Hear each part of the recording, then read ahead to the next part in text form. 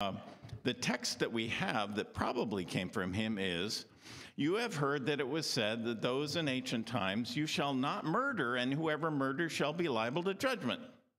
But I say to you that if you are angry with a brother or sister, you'll be liable to judgment. You've heard it was said that you shall not commit adultery. But I say to you that everyone who looks at a woman with lust has already committed adultery with her in his heart." Now, backing up. Do you think Jesus says these things because he loves to come down on people? I think he says what he says because he knows our human hearts so very well. He knows how smug we can be and how likely we are to compare ourselves favorably to other people. We judge ourselves harshly sometimes, and that's hard for us. And then for relief, we look around for someone else whose sins are darker, ranker, riper. That's what we do. He's saying, be careful about comparing yourselves to others ethically. The seeds of murder and adultery live in us in small ways every day and in every one of us, right? So don't think that that your anger and your lust are, make you better than someone, right, who has committed 2 of the, 10 commandments. That's not what he's about. Now, you may think he's exaggerating here, but the step from lust to adultery is a short one. And for some, the step from rage to murder is just as short, which is why I have trouble with gun laws being so loose and guns being so incredibly plentiful. But that's, of course, for another sermon. What Jesus is concerned with here is not God's judgment on us, but our judgment of other people. That's why Jesus adds the following thought. If you're worshiping at the altar and there you remember that a brother or sister, a parent, a child has something against you, drop everything, rush out and fix it if you can, and then come back and worship. Now, how literally are we supposed to take that? Well, we all know that Jesus loved parables, and he also loved hyperbole and was prone to exaggeration. He once said, if your eye causes you to stumble, pluck it out, throw it away. He also said, take the log out of your own eye, and maybe you'll be able to see the speck of dust in your neighbor's eye better. So if you're in church and you remember that someone has something against you and you run off to settle things with her before the last hymn, you may be taking Jesus a little bit too literally. Doing that kind of thing can turn your life into a circus. But if you're forever, running around asking everyone if you've offended them, it gets kind of chaotic. I mean, if you come to me 10 times and say, are we okay? Is everything fine? I'd probably say, I'm beginning to think there's something I have against you because you're getting on my nerves. Jesus would say, don't take me literally on this business. Take me seriously. A wonderful minister, Fred Craddock, tells a story of a plane trip he took once. Next to him sat a woman who was crying profusely, and he knew it was going to be a long plane flight. This is obviously a very sad day for you, he said. Yes, she said she didn't stop crying. He had not healed her wound. Then he said, I'm very sorry. It's such a lovely day. She said, I'm going to my father's funeral. Oh, he said, you must be really close.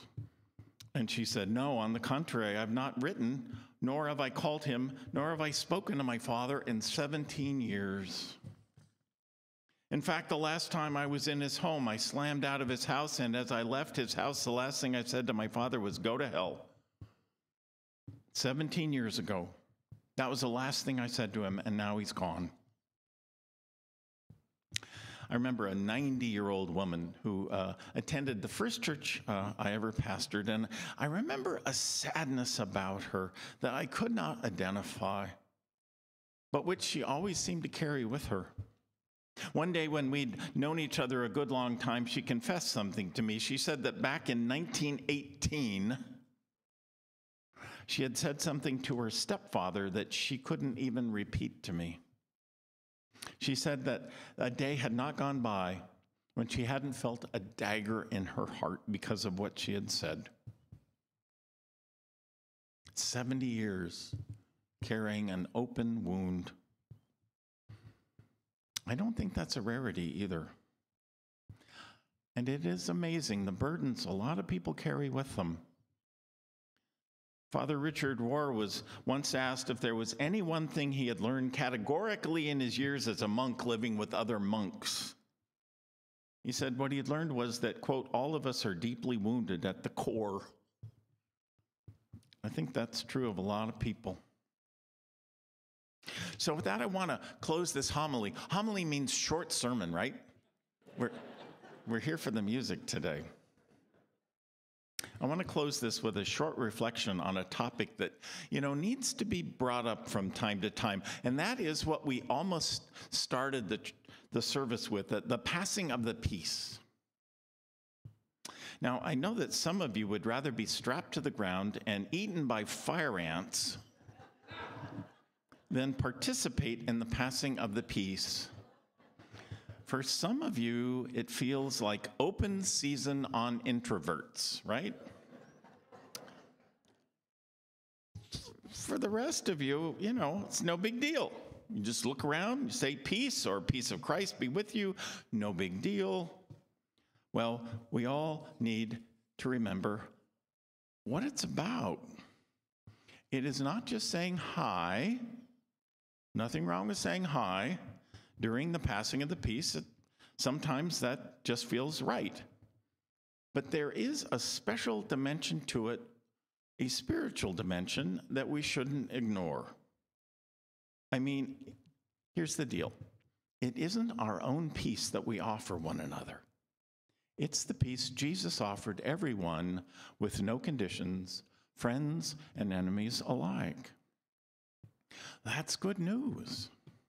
Because when we don't have it in us to offer another person peace, we can rest in that. We can offer Jesus' peace.